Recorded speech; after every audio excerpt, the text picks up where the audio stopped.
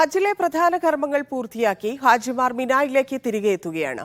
മലയാളി ഹാജിമാരെല്ലാം കല്ലേറ് കർമ്മം പൂർത്തിയാക്കുകയാണ്. തവാഫ് കർമ്മം പൂർത്തിയാക്കി ഹാജിമാർ ഹജ്ജ് വേഷത്തിൽ നിന്നും മാറും. ഹാജിമാർ ഏറെ ക്ഷീണിച്ച ദിനം കൂടിയാണ് ഇന്ന്. രോഗാവസ്ഥയിലുള്ള പല ഹാജിമാരും ചികിത്സ തേടിയിട്ടുണ്ട്. മിനായിൽ നിന്ന് അഫ്താബുർ റഹ്മാൻ ചേരുന്നു. അറഫ കഴിഞ്ഞ ശേഷം ഹാജിമാർ അവരുടെ ഹജ്ജിന്റെ മൂന്നാമത്തെ ദിവസത്തിലാണ് ഇപ്പോഴുള്ളത്. ഹജ്ജുമായി ബന്ധപ്പെട്ട് ഏറ്റവും തിരക്കു പിടിച്ച ദിവസത്തിലായിരുന്നു ഇന്ന് രാവിലെ മുതൽ ഹാജിമാരുണ്ടായിരുന്നത്. നമ്മളിപ്പോൾ സംസ്ഥാന ഹജ്ജ് കമ്മിറ്റിക്ക് കീഴിലെത്തിയ ഹാജിമാരുടെ കൂടെയാണുള്ളത്. എന്തൊക്കെ കർമ്മങ്ങളാണ് ഇന്നിപ്പോൾ പൂർത്തിയാക്കിയത്? ഇന്നലെ അറഫ കഴിഞ്ഞു, നേരെ മുസ്ദലിഫയിലേക്ക് എത്തി. അതിനുശേഷം എന്തൊക്കെയാണ് ഉണ്ടായിരുന്നത്? ഇന്നിപ്പോൾ മുസ്ദലിഫയിൽ നിന്ന് കല്ലുകളെല്ലാം പെറുക്കി ആദ്യത്തെ മൂന്നാമത്തെ ജംറയിലെ കല്ല് കയറി നടത്തി. നല്ല തിരക്കായിരുന്നു, ഒരുപാട് തിരക്കുണ്ടായിരുന്നു. എന്നിരുന്നാലും ഗവൺമെൻറ് പല സൗകര്യങ്ങളും ചെയ്തു തന്നിട്ടുണ്ട്. തിരക്ക് കാരണം ചിലവർക്കെല്ലാം ബുദ്ധിമുട്ട് ഏറ്റിട്ടുണ്ട്. എന്നിരുന്നാലും കുഴപ്പമില്ലാതെ ഹജ്ജ് ജംറയിൽ കയറെല്ലാം കഴിഞ്ഞു. ഞങ്ങൾ റൂമിലെത്തി, ഇത് ഭക്ഷണവും കിട്ടി, വിശ്രമിച്ചുകൊണ്ടിരിക്കുകയാണ്. ഇനിയിപ്പോൾ എന്തൊക്കെയാണ് നിങ്ങൾക്ക് പൂർത്തിയാക്കാനുള്ളത്? ഇനിയിപ്പോൾ സ്വാഭാവികമായിട്ട് ഇന്ന് കുറേ കർമ്മങ്ങൾ ബാക്കിയുണ്ട്, അത് തീർക്കാനുണ്ടാവും. എന്തൊക്കെയാണ് ബാക്കിയുള്ളത് കാര്യം? ഇനി രണ്ടാമത്തെ കല്ലേറ് ബാക്കിയുണ്ട്. പിന്നെ അതിനുശേഷം തവാഫ് ബാക്കിയാണ്. അതിനുശേഷം പിന്നെ മുടിയെടുക്കൽ ബാക്കിയുണ്ട്. അങ്ങനെ 3 കർമ്മങ്ങൾ ഇനി ബാക്കി കിടക്കുന്നുണ്ട്. വേറെ ഇനി പിന്നെ മുടി മുറിച്ച് ഹജ്ജ് വേഷത്തിൽ നിന്ന് മാറാൻ പോവാണ്. അപ്പോൾ അതിന് മുന്നോടിയായിട്ട് ഏറെ നടക്കാനൊക്കെ ഉള്ള ദിവസം കൂടിയാണ് ഇന്നും നാളെയൊക്കെ. അപ്പോൾ എങ്ങനെ ഉണ്ടായിരുന്നു ഇന്നത്തെ ചൂടും അനുഭവങ്ങളൊക്കെ എന്തായിരുന്നു? ചൂട് നല്ല ചൂടുണ്ടായിരുന്നു. എന്നാലും പരിപാടിയൊക്കെ നല്ല വൃത്തിയായിട്ടും ഉഷാറായിട്ടും നടന്നിട്ടുണ്ട്.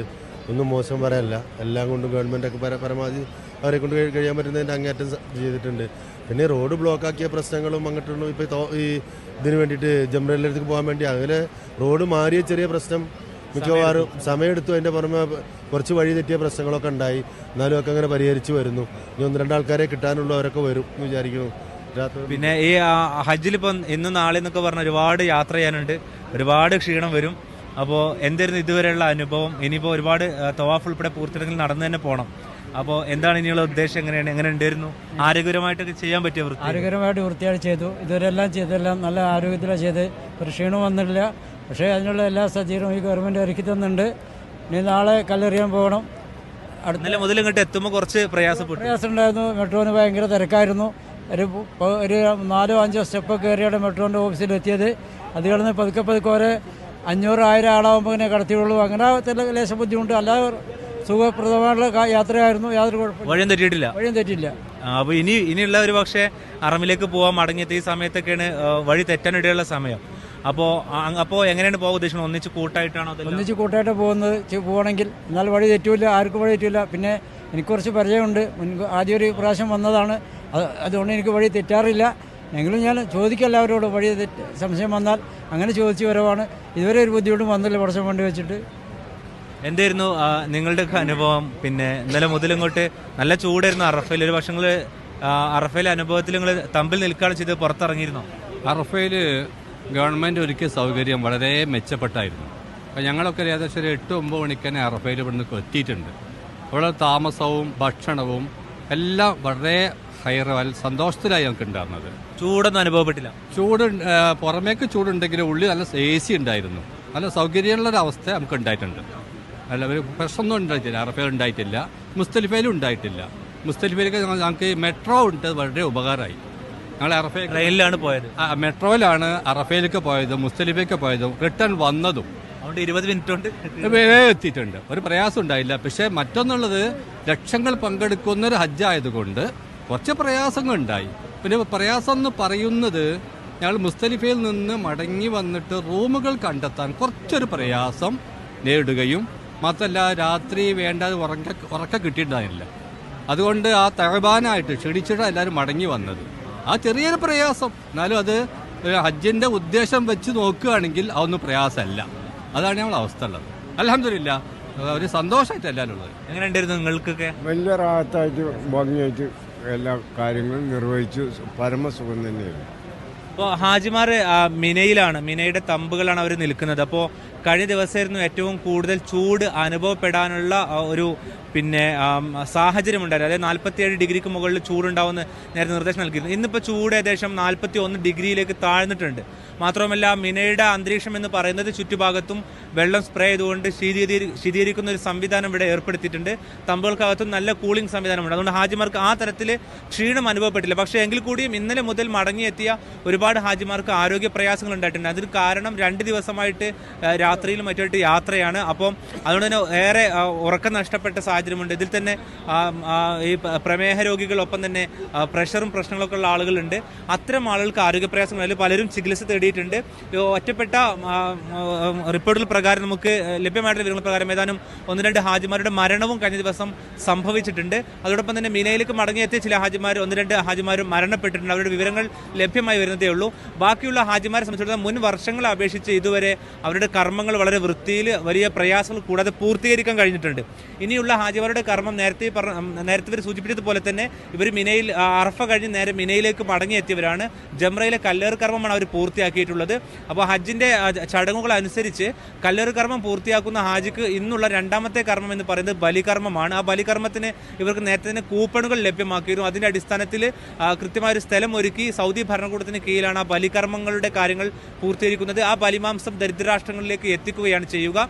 അതിനുശേഷം ഹാജിമാർക്കുള്ള കർമ്മം തവാഫ് കർമ്മമാണ്. ആ തവാഫ് കർമ്മം പൂർത്തിയാക്കുക എന്ന് വെച്ചാൽ കഅബക്കരികിലെത്തി വലയം ചെയ്യുകയും പിന്നീട് സഫ മർവ കുന്നുകളിലെ പ്രയാണം അഥവാ സൈ എന്നറിയപ്പെടുന്ന ആ കർമ്മം പൂർത്തിയാക്കുന്നതോടുകൂടി പിന്നീട് മുടി മുറിച്ച് ഹാജിമാർ അവരുടെ ഇപ്പം നിലവിൽ അവർ വെള്ള വസ്ത്രത്തിലാണുള്ളത്. അതോടുകൂടി ഹാജിമാർക്ക് വെള്ള വസ്ത്രത്തിൽ നിന്നും ഒഴിവാകാം. അങ്ങനെ ഇന്ന് ഒരു പകുതിയോളം ഹാജിമാർ ആ വേഷത്തിൽ നിന്ന് മാറി മടങ്ങി എത്തിയിട്ടുണ്ട്. ഇവർ പക്ഷേ ഇനി ആ തവാഫ് കർമ്മം പൂർത്തിയാക്കി അവരുടെ മുടി നീക്കം ചെയ്ത് ഹജ്ജിൻ്റെ വേഷത്തിൽ നിന്നും ഒഴിയാൻ വേണ്ടി കാത്തിരിക്കുന്നവരാണ്. ഇനിയിപ്പോൾ ഹറമിലേക്ക് പോകണം, ഒരുപാട് നടക്കാനുണ്ട്. പിന്നെ എങ്കിലും വഴി നീളെ ഉദ്യോഗസ്ഥരും വളണ്ടിയർമാരൊക്കെ ഇപ്പോൾ കൂടുതലായിട്ട് ഇന്ന് മുതൽ മലയാളി വളണ്ടിയർമാരൊക്കെ ഇറങ്ങിയിട്ടുണ്ട്. അപ്പോൾ എന്താ തോന്നുന്നു ഇനിയുള്ള കാര്യങ്ങൾ ചെയ്തു തീർക്കാന്നുള്ള പ്രതീക്ഷയിലാണ്? എന്നെ സംബന്ധിച്ചിടത്തോളം ഞാനൊരു ഷുഗർ രോഗിയാണ്, പ്രമേഹ രോഗിയാണ്. എനിക്കിതൊന്നും ചെയ്യാൻ പറ്റും. ഞാൻ പകുതി കയറിയപ്പോഴൊക്കെ തന്നെ എനിക്ക് വിറച്ച് തുടങ്ങിയാണ്. ഭയങ്കര തിരക്കും ഭയങ്കര ചൂടും. പക്ഷെ ഞങ്ങൾക്കത് ചെയ്യാൻ കഴിഞ്ഞു. അൽഹംദുലില്ലാ, അത്രേ പറഞ്ഞു, റാഹത്തായി ചെയ്തു. സ്വസ്ഥമായിട്ട് ചെയ്യാൻ പറ്റി അൽഹംദുലില്ലാ. പിന്നെ എന്താണ് ഉപ്പയുടെ ഇനി പിന്നെ കഅബക്കടുത്ത് പോയിട്ട് തവാഫ് പൂർത്തിയാക്കാനുണ്ടല്ലോ, എങ്ങനെ എപ്പോഴാണ് പോണത്? കഅബക്കടുത്ത് പോയിട്ട് തവാഫ് പൂർത്തിയാക്കാനുണ്ടല്ലോ, എങ്ങനെ എപ്പോഴാണ് പോണത്? ഇൻഷാ അല്ലാഹ് ഞങ്ങളിപ്പോൾ മീനയിലെത്തി. മീനയിൽ അറഫയിൽ പോയി. അറഫയിൽ നിന്ന് നേരെ ഞങ്ങൾ മുക്തലിഫ് എത്തി. ജബുൽ റഹ്മാനിൽ നിന്ന് നേരെ മുക്തലിഫിലേക്ക് പോയത്. അവിടെ മാഗ്രിബ് വിഷയം കൂടി അവിടെ നിസ്കരിച്ച് സുബഹി നിസ്കരിച്ച് കല്ല് പെറുക്കി നേരെ മീനയിലെത്തി. ഇന്നിപ്പോൾ വൈകുന്നേരത്തെ അസറിന് ശേഷം പോയി ഞങ്ങൾ ജംറയിൽ കല്ലെറിഞ്ഞ് തിരിച്ചെത്തി. ഇനി ഇൻഷാ അല്ലാഹ് ഇനി നാളെയും പോകണം കല്ലെറിയാൻ. അത് കഴിഞ്ഞ് ഞങ്ങൾ ലാസ്റ്റ് മറ്റേ ഹറമിലേക്ക് പോകുന്നു. ഇനിയിപ്പോ പിന്നെ പുറത്തൊക്കെ ഇറങ്ങുമ്പോൾ കോടൊക്കെ എടുക്കുന്നുണ്ടോ? നിർദ്ദേശങ്ങൾ കിട്ടിയിട്ടുണ്ടാവുമല്ലോ ചൂടുമായി ബന്ധപ്പെട്ട്. ഞങ്ങൾക്ക് എല്ലാവർക്കും കുട തന്നിട്ടുണ്ട്. ഞങ്ങൾ അത്യാവശ്യം അത് ഉപയോഗപ്പെടുത്തുന്നുണ്ട്. 4000 വർഷങ്ങൾക്ക് മുമ്പ് ഇബ്രാഹിം നബി അലൈഹി സ്വലാത്തു വസ്സലാം, മകൻ ഇസ്മായിൽ അലൈഹി സ്വലാത്തു വസ്സലാം എന്നീ ത്യാഗസ്മരണ അയവിറക്കിക്കൊണ്ടാണ് ഹജ്ജ് കർമ്മം നമ്മൾ നടത്തുന്നത്. അതിന് ഇന്ത്യൻ ഗവൺമെൻറ്റും സൗദി ഗവൺമെൻറ്റും സംയുക്തമായിട്ട് നുസ്ക് കാർഡ് വിതരണത്തിലും മറ്റുള്ള എല്ലാ രേഖകളും സംബന്ധിച്ചുള്ള എല്ലാ വിവരങ്ങളും കൊല്ലത്തെക്കാട്ടിലും നല്ല ഉപരിയായിട്ട് അത് നടത്താൻ കഴിഞ്ഞിട്ടുണ്ട്. ഇതിൽ പ്രത്യേകിച്ച് എന്താണ് പറയാനുള്ളത്, ചൂടിൻ്റെ ഒരു പ്രശ്നം ഇവിടെ ഉള്ളൂ. അതിന് ഉടനീളം വെള്ളം സ്പ്രേ ചെയ്തുകൊണ്ടും കുട നൽകിക്കൊണ്ടും പിന്നെ മറ്റുള്ള AC ഉണ്ടായിക്കൊണ്ടും ഞങ്ങൾക്ക് അതിൽ നിന്നെല്ലാം രക്ഷ നേടാൻ കഴിഞ്ഞിട്ടുണ്ട്. പിന്നെ പ്രത്യേകം എന്താണ് പറയാനുള്ളതെന്ന് വെച്ചാൽ എല്ലാ കൊല്ലത്തെക്കാട്ടിലും വ്യത്യസ്തമായിട്ട് ഞങ്ങൾക്ക് മെട്രോ ട്രെയിനുകളും ബസ്സുകളും എന്നുള്ള മറ്റുള്ള എല്ലാ വളണ്ടിയേഴ്സിൻ്റെയും സഹായ സഹകരണങ്ങളും ഞങ്ങൾക്ക് പ്രത്യേകം ലഭിച്ചിട്ടുണ്ട്.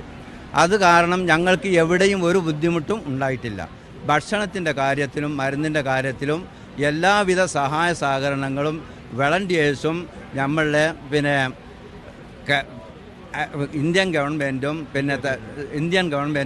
സൗദി ഗവൺമെൻറ്റും സംയുക്തമായി തന്നെ എല്ലാം അത് നടപ്പാക്കിയിട്ടുണ്ട്. അതിലെല്ലാം ഞങ്ങൾ റാഹത്താണ്. അപ്പോൾ ഈ ഒരു തരത്തിൽ ഇന്ന് മൂന്നാമത്തെ ദിനം പൂർത്തിയാവുകയാണ്. ഇവിടെയുള്ള ഹാജിമാർ അവർ നേരെ കഅബക്കരികിൽ പോയി ഇനി തവാഫ് കർമ്മം പൂർത്തിയാക്കി മുടി നീക്കം ചെയ്ത് ഹജ്ജിന്റെ വേഷത്തിൽ നിന്നും മാറും. അതായത് ഹജ്ജിന് അർദ്ധവിരാമം കുറിക്കും. എന്ന് വെച്ചാൽ ഹജ്ജിന്റെ പ്രധാനപ്പെട്ട കർമ്മങ്ങൾ അതോടുകൂടി പൂർത്തിയാക്കും. ഈ കർമ്മങ്ങൾ നിലവിൽ നേരെ സൂചിപ്പിച്ച പോലെ തന്നെ പൗതിയോളം ഹാജിമാർ പൂർത്തിയാക്കിയിട്ടുണ്ട്. ഇവർ അതിൽ ബാക്കി നിൽക്കുന്ന ഹാജിമാരാണ്. അപ്പോൾ അത് കഴിഞ്ഞാൽ പിന്നെ ഇനിയുള്ള 2 ദിവസങ്ങളിൽ ഹാജിമാർക്ക് കല്ലേറ് കർമ്മമാണ് ബാക്കിയുള്ളത്. പിന്നീട് രണ്ടാമത്തെ ദിനം സൂര്യാസ്തമയത്തിന് മുന്നോടിയായി ഹാജിമാർ മിനായിൽ നിന്നും വിട പറയും. അങ്ങനെ വിട പറയാത്ത ഹാജിമാർ തൊട്ടടുത്ത ദിവസം കൂടി കല്ലേറ് കർമ്മം പൂർത്തിയാക്കിയാണ് മിനയോട് വിട പറയുക. ഈ തരത്തിൽ ഹജ്ജിലെ പ്രധാന കർമ്മങ്ങൾ പൂർത്തിയാവുകയാണ്. ഇനി കല്ലേറ് കർമ്മങ്ങൾ പൂർത്തിയാക്കി മിനയോട് വിട പറയാനുള്ള ഒരുക്കത്തിലാണ് ഹാജിമാർ. ഇന്ന് ഏറെ ഹാജിമാർക്ക് ഈ പറഞ്ഞതുപോലെ തന്നെ ധാരാളം കർമ്മങ്ങൾ ഒന്നിച്ചെത്തിയത് കാരണമുള്ള ആരോഗ്യ പ്രയാസങ്ങൾ ഉണ്ടായിട്ടുണ്ട്. അവർ ചികിത്സ തേടിയിട്ടുണ്ട്. പല ഹാജിമാരും ക്യാമ്പുകളിലേക്ക് മടങ്ങി എത്തിയിട്ടില്ല. ചിലർ കാണാതായതുമായുള്ള ബന്ധപ്പെട്ട വിവരങ്ങൾ ഉണ്ട്. അപ്പോൾ അത്തരത്തിലുള്ള ഹാജിമാരുടെ വിഷയം എന്താണെന്ന് വെച്ചാൽ പലരും പല വഴികളിലായിട്ട് ക്ഷീണിക്കുകയും അവരുടെ ഫോണൊക്കെ ഓഫായി പോയിട്ടുണ്ട്. അപ്പം അത്തരം ഹാജിമാരൊക്കെ വൈകാതെ അവരുടെ തമ്പുകളിലേക്ക് തന്നെ എത്തും. ഓരോ ഹാജിമാർക്കും അവരുടെ കീഴിൽ തന്നെ അവർ നിയന്ത്രിക്കാൻ വേണ്ടി ഹാത്തിമുൽ ഹുജ്ജാജ് അല്ലെങ്കിൽ വളണ്ടിയർമാരുടെ സേവന തലവന്മാരുണ്ട്. അവരുടെ കീഴിലാണ് ഓരോരുത്തരും അവരുടെ തമ്പുകളിലേക്ക് മടങ്ങിയെത്തുക. അവരിലേക്കാണ് ഓരോ വിവരങ്ങളും അറിയുക. അതുകൊണ്ട് തന്നെ മുഴുവൻ ഹാജിമാരും ഇപ്പോൾ പുറത്തേക്ക് പോയ മുഴുവൻ ഹാജിമാരും വൈകാതെ തമ്പുകളിലേക്ക് മടങ്ങിയെത്തും. ഈ ഒരു തരത്തിൽ ഇനിയുള്ള കർമ്മങ്ങൾ കൂടി പൂർത്തിയാക്കി ഹാജിമാർ മിനായോട് വരുന്ന ദിനങ്ങളിൽ വിട വാങ്ങും.